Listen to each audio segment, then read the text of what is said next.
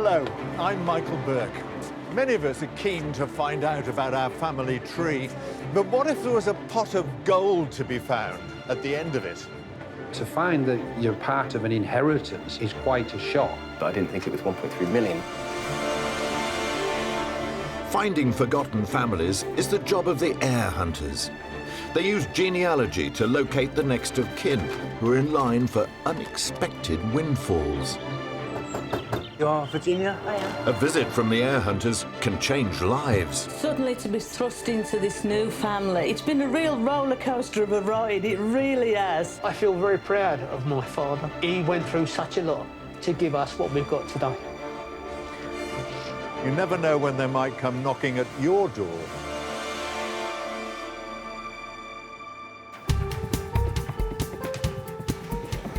Today, I'm at heir hunting firm Finders International, where I'm told the team have a high-value case that needs precision research.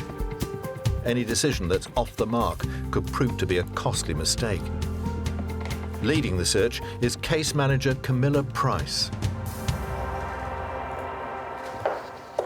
Hi, Camilla. Hi. So, what's involved in this case? So this is the case of Maureen Margaret Gallagher. We didn't have much to go off of. It was advertised by the government legal department, so we'll be highly competitive. Competitive, yeah. A very competitive one? Did you get the sense of lots of competitors on your trail? Yes, well, we valued it around £250,000. So it definitely will have a lot of She had interest. a property, presumably. Yes, yeah. So, yep, she owned her own property in Colchester. So there will be £250,000, it's, you know, that's a lot of money to go for. There's quite a lot at stake. What did you know at this stage? We had a date of birth and a date of death. The date of birth was the 16th of July 1921, and the date of death was the 17th of March 2011, so quite a while ago now. Just that? I mean, 2 dates. I mean, you really were starting from scratch, weren't you? Yeah, we were also given a place of birth as Ireland when the case was advertised. So this was somewhere to start, and it meant that at least we had a place of birth to go off of. And it's an Irish name, isn't it, Gallagher? It really is, yeah. Yeah, but you know, your first clue. Yep, definitely. Oh, well, let's see how it turned out. The first step when working any case with regional leads is to brief local colleagues. Yeah, which is the other thing that might have happened. And with a £270,000 case on their hands, Camilla contacts the Irish office. The Treasury have said that she's born in Ireland. It's an immediate assumption that we will find her birth record there. However, sometimes people will say they're from Ireland, but actually it's their ancestry that's from Ireland. While the Irish office see if they can find a birth record for Maureen, on the off chance, the team also check for an English one, and Camilla is thrown by what she finds. Yeah, I'm really confused where the Irish connection's coming from. So basically, Holly's found this birth. We found this birth for Maureen M. Gallagher, September 1921. And this one's in Barnet. It does sound Irish, so I don't know whether or not maybe they have connections to Ireland. But on the ad, it does say she's born in Ireland. The birth record that the team have found fits the dates for the Maureen Gallagher they're looking for very closely. But this woman isn't Irish. We're a bit unsure at the moment, but hopefully within the next hour or so we'll be able to confirm whether or not we've got the right family. When the Irish office report back, there's further indication that the English Maureen is the one that they're looking for. Apparently the Irish office can only find a Maureen M. Gallagher born December quarter. Holly's found one in September quarter in Barnet. The news cast doubt on the information in the ad published by the government legal department. Gallagher is quite an Irish name, along with actually her mother's maiden name, if this birth is correct, which is Kelly. Her parents would be from Ireland, and that's maybe where the assumption has come from. With it looking like the information on the ad may be wrong, Camilla must choose between going with the English or the Irish birth record. I think it'll be fine. A £250,000 case up for grabs. She needs to choose wisely, or they could end up researching the wrong family tree. There's someone in Barnet with the right name in the right quarter.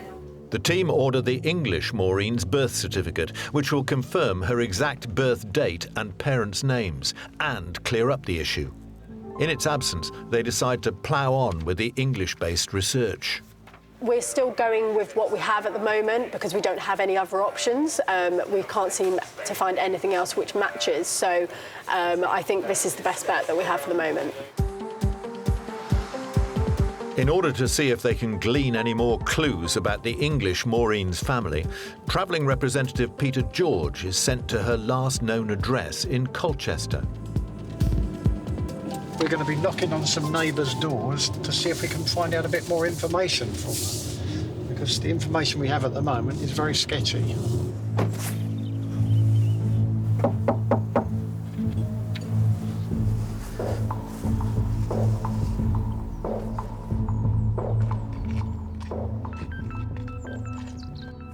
Hello, sir. I'm sorry to trouble you. Making inquiries about the lady who used to live at number 50, who died several years ago. Oh, didn't want to know anybody. Try the one down the bottom, probably, that bottom, or the next one next door. Right. OK. Oh, cheers. All right. Thanks very much. Making inquiries about the lady who lived at number 50. Maureen Gallagher. Did you know her? That's, yeah, we've only just recently moved in. So that you wouldn't know her, obviously? No, we never knew her. OK. All right. Okay. Well, thanks very much for your time. Thank you very much. Thank you. Bye-bye.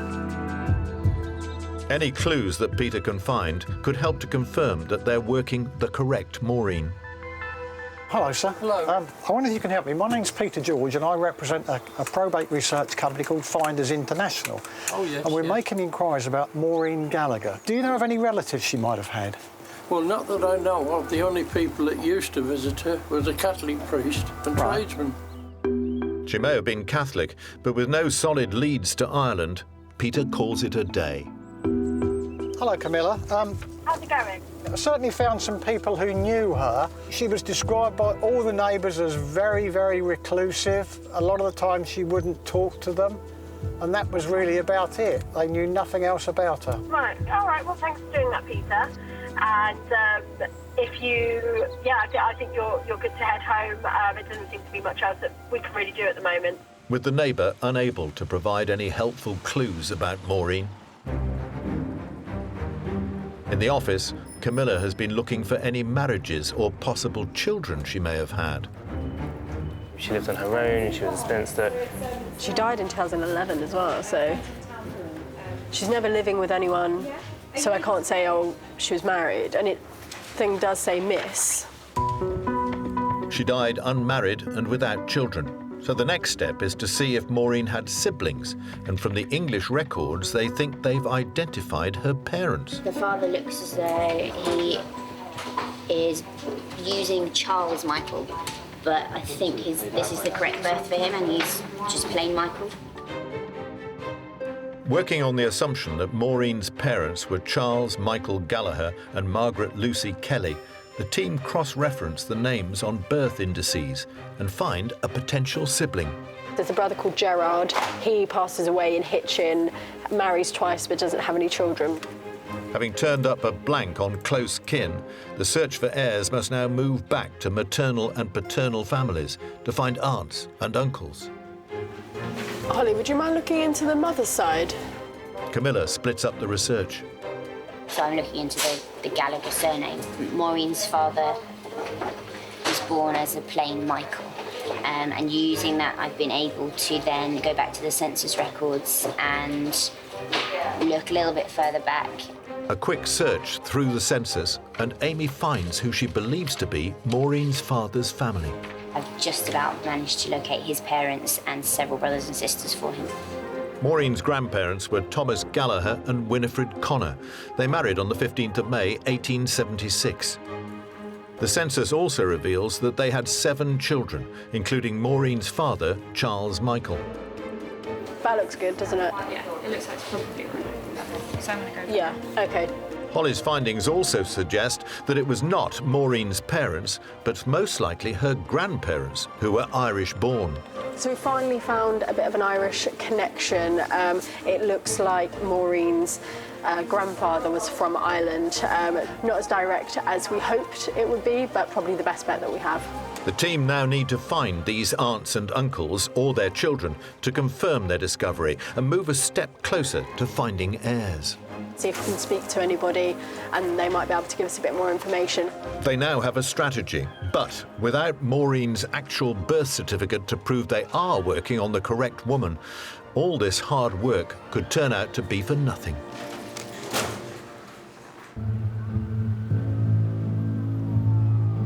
The heir hunter's job is rarely straightforward.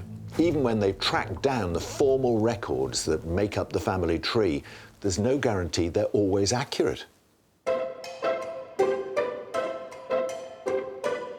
This is exactly what case manager Gareth Langford of probate researchers Fraser and Fraser found when he took on the case of Alan Hughes, a baker from North London. This is the estate of Alan Owen Hughes. He died on the 1st of February 2017. He was a bachelor, never married, and he had an interest in the property that he lived in. It's very difficult to give an accurate value, but we expect the estate to be certainly over 200,000. With a high-value case on their hands and no solid leads, travelling researcher Ewart Lindsay has been sent to dig for clues in the North London neighbourhood where Alan lived. Sometimes neighbours can actually give you some good information about the deceased. Sometimes they can tell you about, a brother or sister, something, if they've had any children. Ewart's detective work is key to finding out just who will be given the money. Hello? But today isn't his lucky day. I didn't actually get on very well, to be fair. Nobody at home. I really wanted to try and speak to the neighbour above, the deceased. But today, it hasn't gone very well. In the office, researcher Isha Adams has begun her search for heirs from scratch. With no clues from neighbours to go on, she started to look for Alan's close family. So from Alan Owen Hughes' birth certificate, we knew that his parents were John Owen Hughes and Frances Alice Greaves. So we did a birth search to see whether Alan had any brothers or sisters, and it looked like he was an only child. Isha's next port of call was to see if Alan had ever married or had children of his own. We looked through old electoral registers. We saw that he was living with his parents, and usually when we get a deceased who lived with their parents, it's unlikely that they married. So we concluded that he never got married and he didn't have any children. Having ruled out the possibility of heirs within the close family, Isha's search had to broaden out and dig into Alan's parents' backgrounds. Hampered by the tricky name of Hughes on one side of the family, she needed to choose her starting point wisely. So, Hughes is a very common name. Started with the Greaves side, thought that might be a bit easier. But when she began to look into Alan's mother's Frances's side of the family, Isha hit a problem. So, we got the marriage certificate of the parents, and as you can see, Frances Alice Greaves, her father's Edward Greaves. So as we knew the father's name, we did a birth search, but we couldn't find a birth for Frances. Without the birth record for Alan's mother, Frances, the team was stuck. They needed to prove for sure that Alan's maternal grandfather was Edward Greaves. Isha, why was not being able to find Alan's mother's birth certificate a real problem? Because we didn't actually know whether Edward Greaves was her father. You've got the fact that on her marriage certificate, she's named her father there. Isn't that good enough?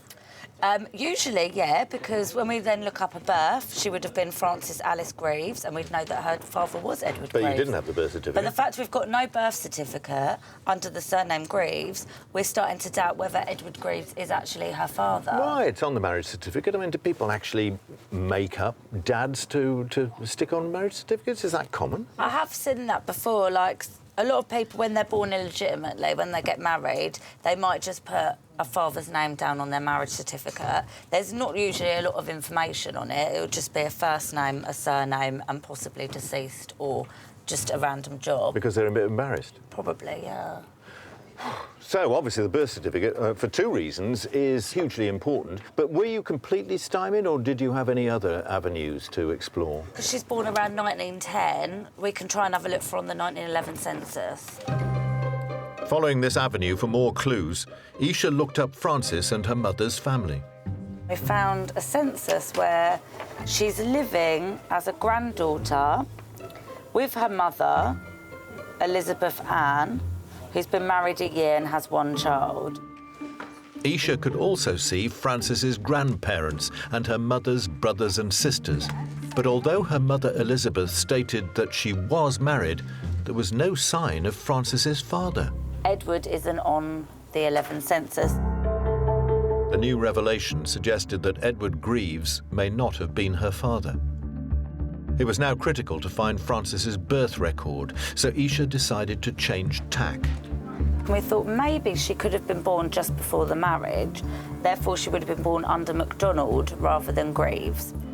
This time, searching for Frances with the MacDonald surname, Isha finally found a much-needed match. So we ordered her birth certificate to see what it said. When it arrived, this certificate would clear up the mystery.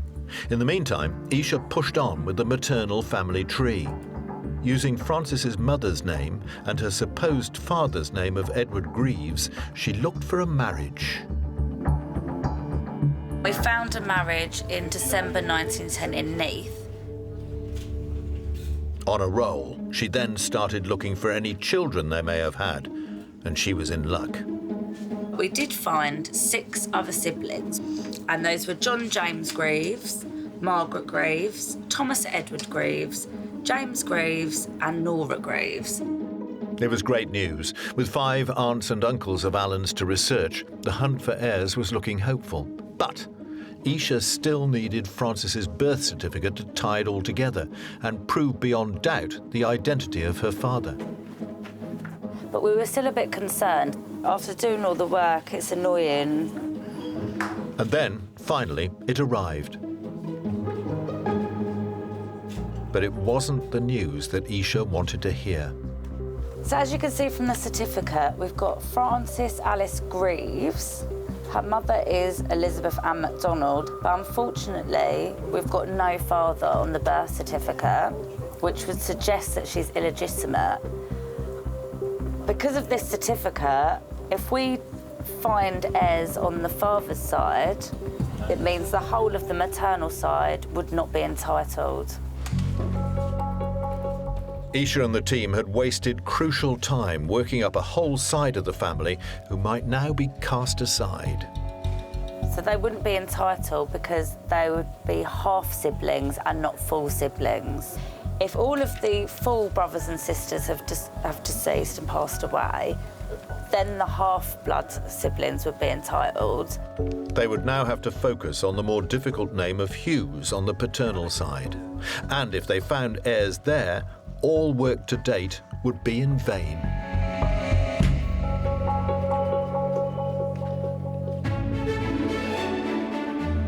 Every year in Britain, thousands of ordinary people get an unexpected knock on the door from heir hunters. I found that amazing, that I had that side of the family that I didn't know existed. Over the years, the heir hunters have given fortunes to the heirs that they find. As well as the unexpected windfalls, they also reunite relatives.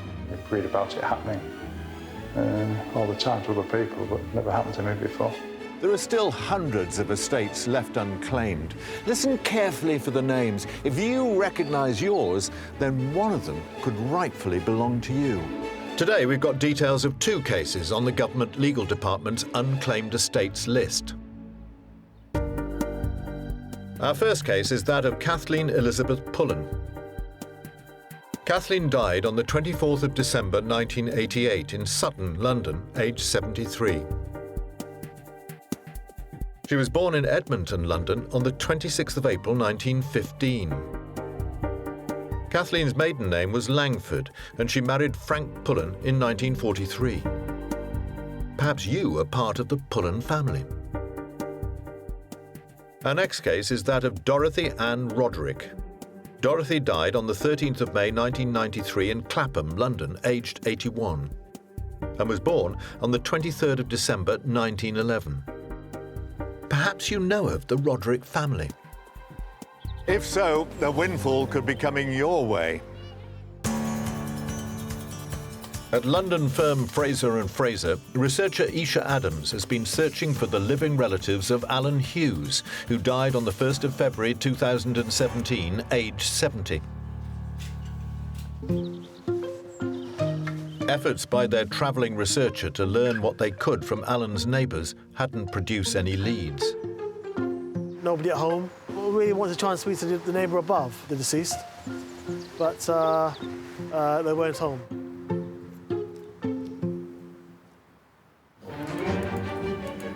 A decision to start research on the easier maternal name of Greaves backfired on Isha and her team when they discovered that Alan's mother, Frances, was born illegitimately. As you can see on the birth certificate, Frances Alice Greaves has no father listed. So because he isn't registered on the birth certificate, in the laws of intestacy, they would not be entitled because they're now considered half-siblings rather than full siblings. So with any heirs on the maternal side no longer entitled, if full-blood heirs were uncovered on the paternal side, the focus shifted to the trickier Hughes name. Then we started looking into the paternal side of the family, and then we found a marriage of a James Hughes to a Martha Peregrine in December 1893 in Neath. We were quite lucky because Hughes is a very common name, whereas Peregrine isn't that common. So to do a birth search from there made life a little bit easier for us. By cross-referencing the names Hughes and Peregrine on the birth indices, Isha could progress her search for heirs. So from the marriage of James Hughes and Martha Peregrine, there were 6 children in total, including the deceased father. So we had James Hughes, Mary Jane, Daniel, Catherine and Eliza Jane.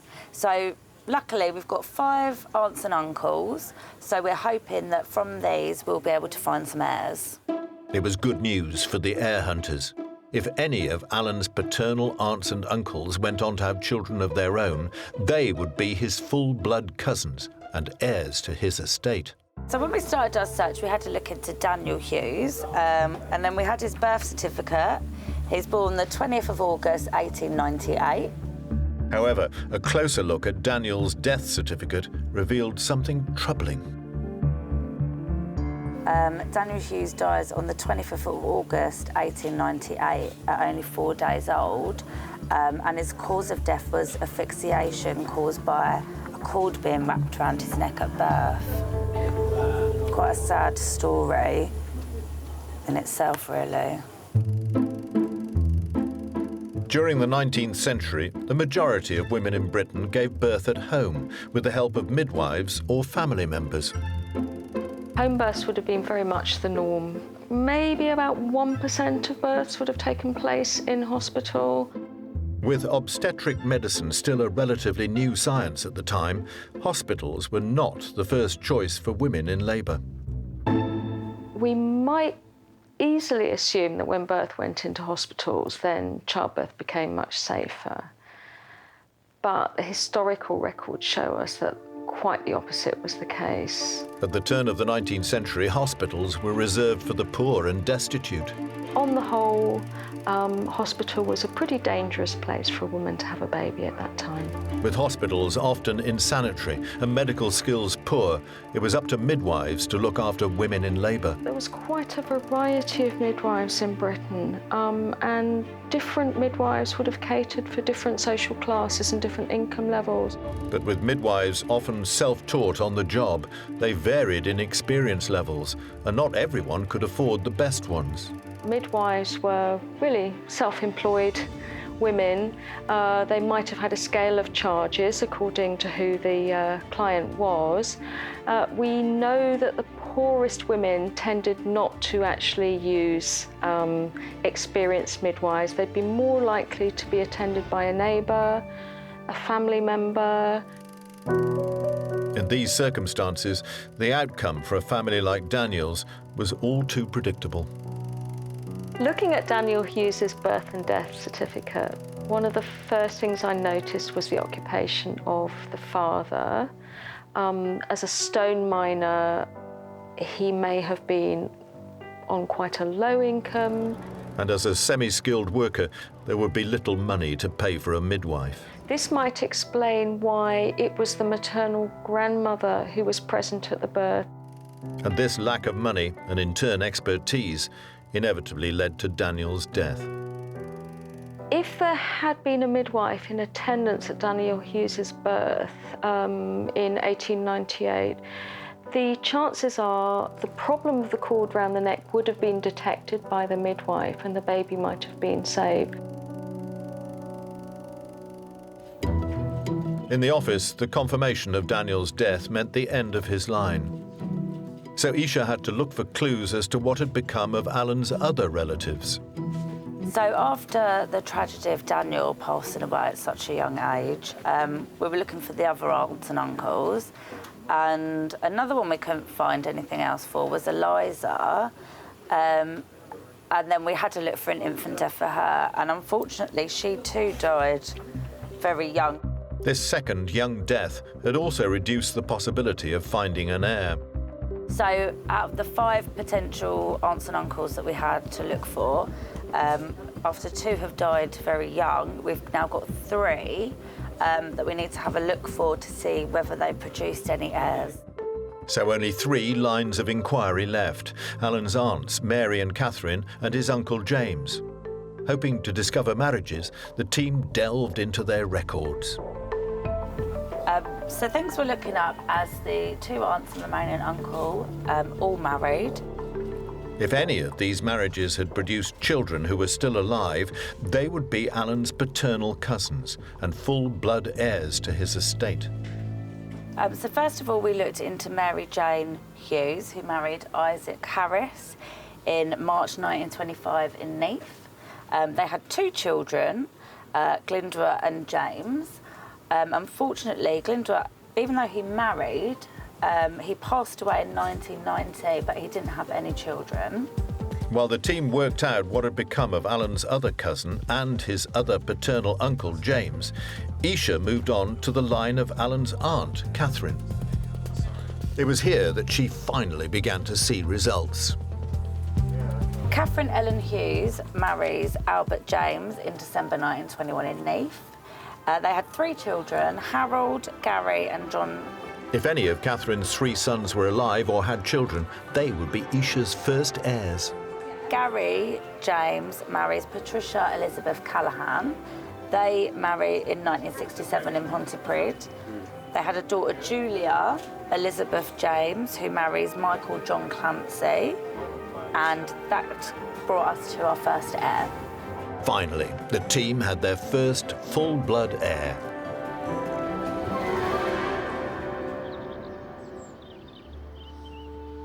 For Julia Clancy, who lives in Pontypridd, being contacted by the heir hunters was a complete shock.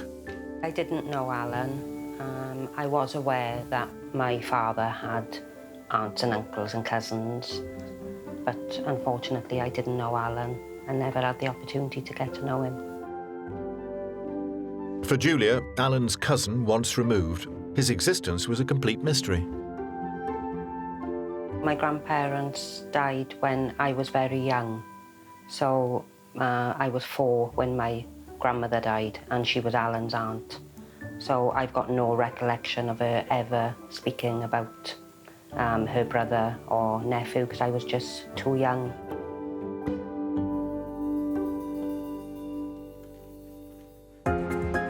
In the office, the team had finished their research into Alan's heirs and were tallying up their hard work. All the heirs on this particular case are on the paternal side. There's 7 in total. So if we're looking at an estate, in excess of 200,000, then it's definitely been worth something that's worth pursuing. For the heirs themselves, between 7, that's a reasonable amount of money. But for heir Julia, some things are more valuable than money. I do wish that I'd had the opportunity to meet Alan. I think it's a shame when families lose touch, but it's a lot easier to keep in touch now than it was all those years ago. At Finders International, Camilla Price and her team have been searching for heirs on the competitive case of Maureen Gallagher, who, according to the government ad, was born in Ireland. discovery of a possible birth entry for Maureen in Barnet, 400 miles from the Emerald Isle, has cast doubt on the whole case. The main problems with this case so far have been simply knowing for certain that we're working the right family tree. The government have said that Maureen was born in Ireland, but we can't see any connection directly with her in Ireland. Travelling representative Peter George was sent to Maureen's last known address on a fact-finding mission. Hello, sir. Hello. I wonder if you can help me. We're making inquiries about Maureen Gallagher. But her origins remain a mystery. All of them have said the same thing, that she kept herself to herself and she was a bit reclusive. But about the only people who used to visit were sort of tradesmen delivering or a Roman Catholic priest. At the office, the team have established a paternal family from census records. But until Maureen's birth certificate arrives and the mystery of her birthplace is cleared up, all research so far could be wrong. Until we have that back in the office, it's very hard to confirm that we're definitely looking into the right person. So if we can speak to a family member who can confirm it for us, that would be really helpful. In the absence of the vital certificate, Camilla begins to work down Maureen's aunts and uncles' family lines. But there's a problem. We're hoping they would have children much later, and therefore we would hopefully find a cousin who's still alive, but it's highly likely that they've passed away now. So that's a bit unfortunate for our research. The team have discovered that the youngest of Maureen's 6 aunts and uncles, Agnes, was born in 1890. So finding any cousin still alive is looking highly unlikely. We're not going to speak to anyone who probably knew Maureen directly. Everything lies on the birth certificate. The most important thing is getting that certificate back. It's the vital piece of the puzzle that Camilla's been waiting for. And when it arrived, what would it say? Hi again, Camilla. Hi. How did the research in Ireland go? So we had that hint of Ireland. An indication. Birthplace Ireland. Birthplace Ireland. And the name Gallagher that fitted in with it. However, when we sent everything over to the Irish office, they couldn't find anything at all which would match a birth record for a Maureen Margaret Gallagher. So we were considering other options, thinking maybe Gallagher could be a married name, lots of other things. However, we eventually found a birth in Barnet in North London, which fitted. So we went with that, hoping that it would be correct. You couldn't confirm it at that stage? No, we couldn't see the birth record until later that day. But you've got all the pressure of the competition, so you decided to go with that while you could? It was the best fit. We had to go with it. It was the only option. But you were eventually going to be able to confirm it? With her birth certificate? Indeed. We got the birth certificate in later that day. Yeah. And here it is here, so it gives us all the information that we needed. Your pulse must have been racing at this particular time, because this would prove that you were on the track of the right Maureen Gallagher. Yeah. And did it?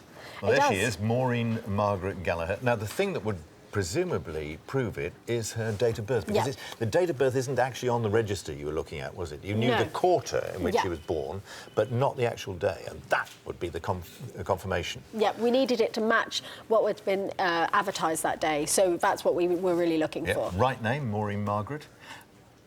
16th of July 1921, the very birthday. So you knew at that moment that it was the right one. And there it is, Barnet, North London, not Ireland at all. No. Totally misleading, that clue. Completely. Obviously had some Irish heritage, but nothing in... Maureen personally wasn't born there. I mean, you must have been so relieved. Yes, definitely. Because you're so competitive. And that would have all been not just a waste of your time, but the competitors might have stolen a march on you if it had been wrong. Yep. So at least we didn't have to go back to the beginning. We had the family tree in front of us, and everything had already been researched into. We just needed to finalise everything. So the race was still on? Indeed.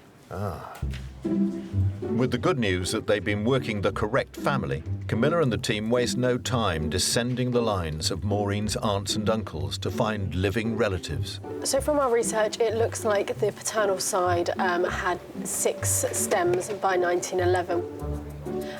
We've looked into all of those lines, and at the moment I believe we can only find 3 active stems. One passed away without children, and the other we are still researching into to find out whether or not he ever married or had any children. From the 6 aunts and uncles, the team have 3 possible opportunities to find heirs. Winifred Gallagher, Thomas Gallagher and Mary Gallagher. So they're the people that we're looking into at the moment and trying to contact their descendants. With a £250,000 estate unclaimed, it's all hands on deck to find living heirs. I'm looking at the line of Winifred Gallagher. She was born in 1877 in the Wakefield Union. She was the first child to have been born in Yorkshire. She married a chap with quite an interesting name. His name was Sigmund Kaiser. And actually, interestingly, although he married Winifred in 1900, he was interred, put away as a German national during World War I. In 1914, the outbreak of World War I instantly made thousands of German nationals who had immigrated and settled in Britain enemies of the state. German immigrants in Britain were actually quite popular. They were usually well educated and well trained, so in specific professions they really made a positive impact. Sigmund Kaiser was a watchmaker from Baden, but despite his valuable skills, the onset of war meant that he was imprisoned. Sigmund Kaiser was interned in the first wave of internment. He was sent to the Handforth internment camp. This is in Cheshire, thrown together with 20,000 other Germans in a very confined space. And it wouldn't have just been hard on Sigmund. His wife was not interned. His wife was actually British-born, but the ironic thing was that she would have taken on German nationality because wives at that time would take on the nationality of their husbands. Despite his release at the end of the war in 1918, Sigmund's internment wasn't to be his only occasion in a camp. So Sigmund Kaiser actually experienced 2 episodes of internment. One when he was 38 years old, when the First World War broke out, and then a second one when he was 63 years old, when the Second World War broke out. Released at the end of the Second World War, Sigmund Kaiser chose to remain in the UK. But for many German immigrants, their way of life would never be the same again.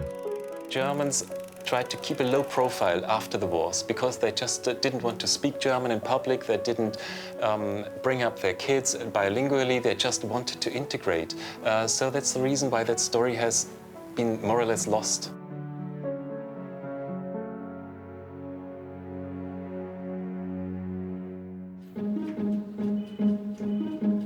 In the office, Ryan had been searching for any descendants of Sigmund Kaiser and his wife, Winifred Gallagher. They had a couple of children, one son called Karl Augustine Kaiser and a daughter called Winifred Agnes Kaiser. They were both born in 1901 and 1906. The first one I'm looking at is Karl. He did marry in 1933 and he had 2 sons. So yeah, we know that there's these 2 first cousins once removed on this line. I just need to find out what happened to them. They may still be with us, but they were born mid to late 30s, so they may have passed away as well, which means we'd have to drop down another generation. With research going ever deeper into the Kaiser family line to find living relatives, Ryan scours the records for another of Maureen's paternal aunts. Her name is Mary Ellen Gallagher, born in 1875, so we're going quite far back with a lot of the research, but I found that she married an Albert Henry Blease in 1909. They'd had one daughter. That daughter, it looks, passed away as spinster. There was another child as well called Albert P. Blease. I just need to try and figure out when he passed away and whether he had any children. With the pressure on to find living heirs along these family lines, Amy tackles the 3rd and final paternal uncle. Thomas Gallagher. Now, he married a lady called Susanna Mawson, and it looks as though they've had quite a few children. By 1911, they've had 5 children, and then post-1911, I think they've had another 5 or 6. Although all of these cousins of Maureen have died, if alive, their children could be the heirs the team are looking for, but finding them isn't easy. Some of them have quite difficult names, such as James Gallagher, without any middle names, so it's quite hard for us to confirm who they married and whether or not they had any children. Having worked so far into the family so quickly, one thing is for sure. It looks like we are ahead of the competitioners, particularly on this line, so it is quite a good sign at the moment. And it isn't long before Camilla has a stroke of luck with the relatives of Maureen's cousin Dennis. Dennis married Mary Usher in 1949, and although he's now died, his 3 children, including son Christopher Gallagher, are still alive. Sounds like it might be our first signature, which is really exciting. The team had finally found their first heir. And here he is, Maureen's cousin once removed, Christopher, for whom a visit from the heir hunters came as a shock. Go off out and there's a knock on the door. A gentleman said, "Excuse me, are you Mr. Chris Gallagher?" I said, "Yes," slightly concerned, as you always are, because he looked like a policeman. And we sat down and he started to explain that we've got a long-lost relative and they were trying to distribute the proceeds of her estate. With this intriguing news, Chris was able to work out why he wasn't aware of his benefactor. Never heard the name of Maureen Gallagher before. No, we knew the other side of the family, her relatives who were in Leeds, but because she'd moved away down to Colchester, we never ever knew her, unfortunately. Learning about his long-lost relative has left Chris keen to discover more. I had a passing interest in our family history on both sides of the family. Since we got contacted, I've decided to look into it more and research our family tree. Despite this new hobby, for Chris, the experience has been tinged with regret. We'd never ever been in contact, and we never will be, and it's quite sad, really. I would like to have contacted her and seen what her story was and what happened and why she moved away.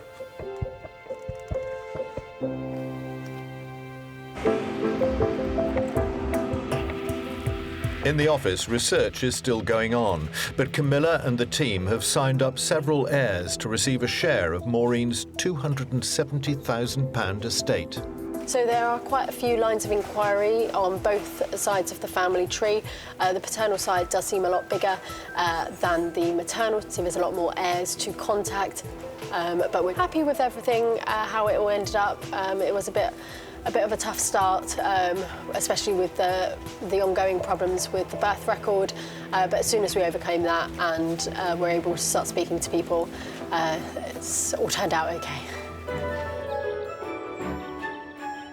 As for heir Christopher, the chance to learn more about his family history has been priceless. It isn't about inheriting money, it's more about finding out about the family and expanding our knowledge of Maureen and her relatives.